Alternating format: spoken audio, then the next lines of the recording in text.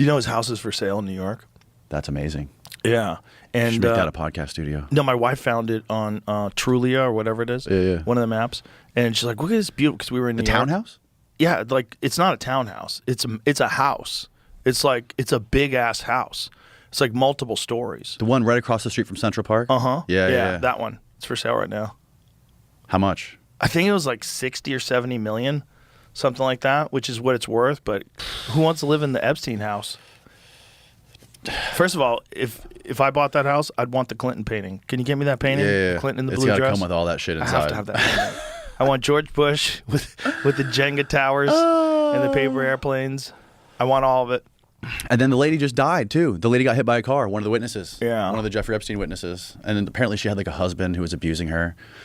And you know, people like to. It's just like people like to use this stuff as like a political football to like argue for whatever they believe in. And also, when you get rich, powerful people. So here's the thing that happens with rich, powerful people: they can't go anywhere, right? If you're like, say, a Jeff Bezos type, or someone who's like an Elon Musk type. Let's just, and I'm not accusing them of anything. I'm just saying at that caliber of celebrity and that caliber of prominence, you can't go anywhere. If you're Bill Clinton back in the 80s or the 90s, whatever it was, you can't go party. You know, right. Everybody knows who you are. You got to be protected, right? But you want these experiences. And so you have these guys, like a Jeffrey Epstein type guy, who works with the elite of the elite clientele. It's all movie stars, big-time politicians, world leaders, scientists, Nobel Prize winners, and they all meet together and have fascinating conversations and cocktails, and there's beautiful girls everywhere. Of course. What a great idea. Right. And if you're naive and you don't understand honeypots. Here's the quote from Maria Farmer, who was one of the accusers from what was inside the house in New York. Okay, she said, there were monitors inside this cabinet. I looked on the cameras, and I saw toilet, bed, toilet, she said, visibly spooked. Like, I'm never going to use the restroom here, and I'm never going to sleep here. You know what I mean? It was very obvious that they were, like, monitoring private moments. Yeah, of course. Yeah. Maria Farmer was the one who worked at Epstein's office in New York, I think. And this was the house, Jamie? Yeah, I was looking up stuff on the house. That was, like, what they I found wonder if the in house still has fucking cameras in it somewhere that they haven't found yet. They definitely, don't know. Yeah, you'd have to scan the shit out of that house. You'd have to take the walls apart. There's probably listening devices inside the walls. Like, who knows?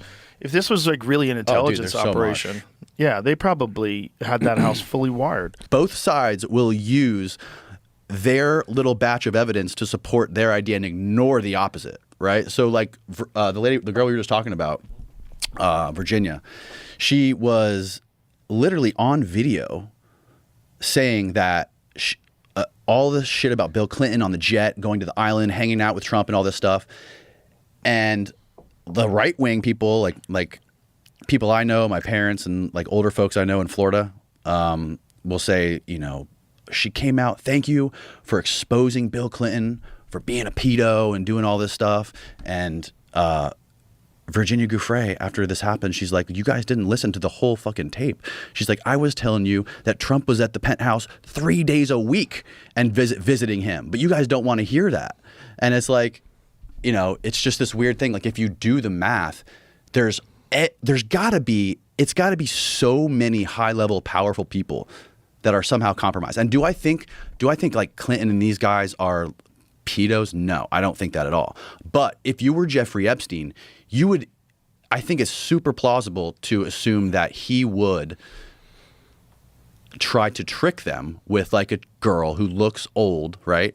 Who is possibly like on the borderline of being 18. And you say, oh yeah, this girl, she's 18, 19, 20, whatever. Meanwhile, she's like 17 and they had no idea and they have video footage. And in like a court of law, if I'm the judge, I'm going to let them, like, of course, they fucking lied to him. And this is not like some young girl, obviously, but they lied. Yeah. But like in like the court of public opinion, you're never going to win in that case, right? Like if that comes out, you're fucked. You're fucked. I mean, you're fucked if you just go into the island to bang hookers. Like, it's like they're of age. It's still like whatever he was doing. you preyed on people's desire for experiences and vice. Yes. And all these powerful people who, again, they can't just go call a hooker and the hooker goes, oh my God, I just blew Bill Gates. This is nuts. You know what I mean? Like, you can't trust them. So you have to trust someone who really has a lockdown organization. And they felt like he did. Yeah. And that's why they all hung out with him even after he got arrested. This is what's crazy. That is crazy. A lot of Bill Gates meetings with him were after he was prosecuted.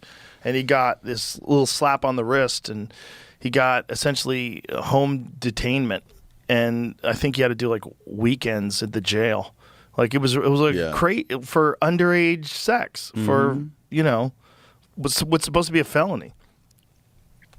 The whole thing is crazy. And then when there's one reporter that really chased it down, I forget her name, but she really looked into it, and that's when they opened up the second case, the second trial. Vicky Ward. Vicky Ward. Was she from what paper? Vanity Fair. So she was responsible for because she was like, this is insane. Like, what's going on here? And then there was the sheriff that had arrested him, said that I was told he was intelligence. And I mean, you got to think, man, if a guy like that is running these kind of parties with all these rich and powerful people, how many different worldwide decisions can be manipulated because of these people and the compromises you have on them. Right. It's really a brilliant thing to do. Yeah. From an intelligence perspective.